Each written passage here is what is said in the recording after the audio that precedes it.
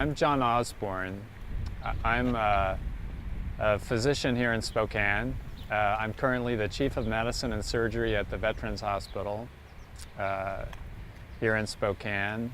I'm also the chair of the Sierra Club's local group, the Upper Columbia River Group, and also president of the Center for Environmental Law and Policy that works on water scarcity and river and aquifer issues in Washington State. This incredible river system, this incredible river of life, a river into which each year about 16 million wild salmon swam into the natal streams of deserts and forests and spawned and died, but in so doing renewed this incredible cycle of life.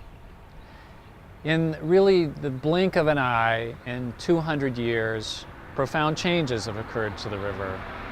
There are still vestiges of the land as it was and the life as it was, the incredible richness of salmon life and salmon culture. But these are now often islands and tremendously important in terms of the future. The genetic diversity, the genetic pools and reservoirs for salmon, for caribou, for grizzly, these the old growth, the roadless areas, these pieces that are so critical that we must hold on to are still there.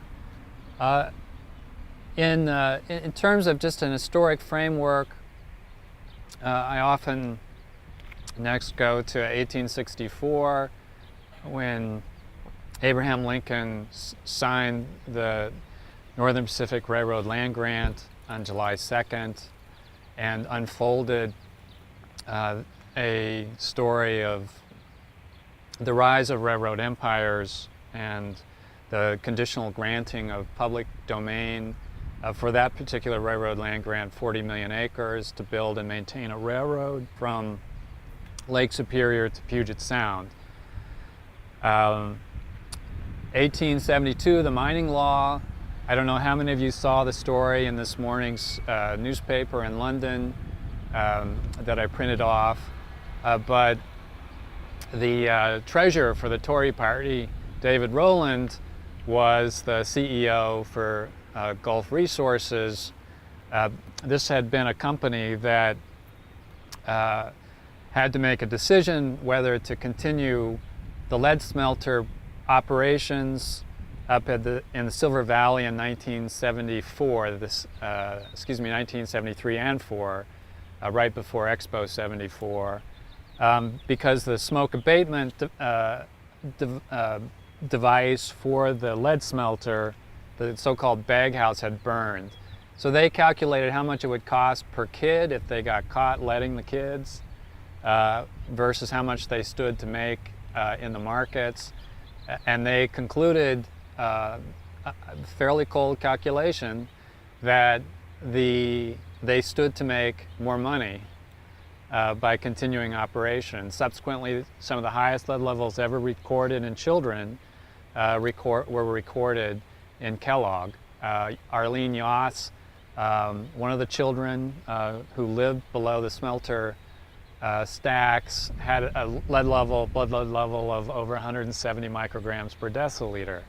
A truly, truly terrible level, and profound consequences for her and her sisters and the family.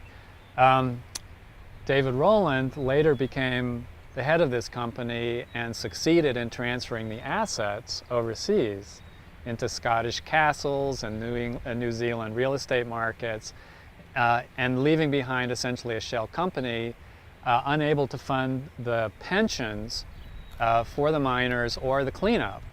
So at our hospital, we're suddenly seeing this kind of all of these miners who are using their veteran benefits because they can't afford their health care. And the reason is because David Rowland and others had succeeded in transferring the assets. David Rowland is taking over as treasurer for the Tory Party in Great Britain. And so there is a great deal of public interest in who he is. So we've been able to provide that history to the London media. it is an example of how history continues to live and how we use history to help us understand decisions. 1891, the establishment of the Forest Reserve System and the national forests in our watershed that form much of the watershed for the Spokane River. And much of our work 20, 30 years ago was really focused on trying to stop the terrible logging that was taking place in these watersheds. And it was really in many ways a historic battle. We saved some but lost much. The painful consequences for us is that the watersheds are some of the most heavily logged in the National Forest System. They flood, and as a consequence, those floods come down onto the floodplain between the Cataldo Mission and Harrison, which is covered with about 100 million tons of toxic media from the mining district. So every time it floods, those floodwaters pick up mine waste and carry them into Lake Coeur d'Alene and then into the Spokane River. So we tried to make this effort repeatedly with Congress and with decision makers in the White House, and ultimately we prevailed, but not after extraordinary watershed damage was done to the National Forest System. Grand Coulee Dam really marks a major intervention in a natural river system, not unlike a major occlusion of a coronary artery with a major infarct. It is a man-made event that with profound biological and cultural consequences for the river. All of this said, history is important. As we sit with our patients, as we listen to rivers, the stories are very important because they really lead you to the diagnosis.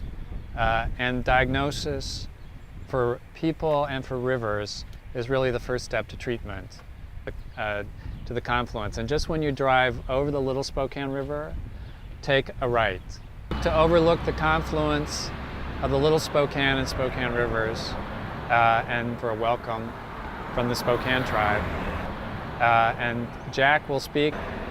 We'll come back here for lunch, and then after lunch, Rachel will give you an update on work to restore the river, kind of contemporary decisions and events. And then this afternoon, Dr. Bill Youngs will lead us to Spokane Falls, the other great gathering place of the Spokane River. And he will be joined by Rachel and Speed Fitzhugh of Avista, both of whom are working on efforts in August to restore the waterfalls. And you'll hear more about the studies that will be occurring this summer to restore the waterfalls.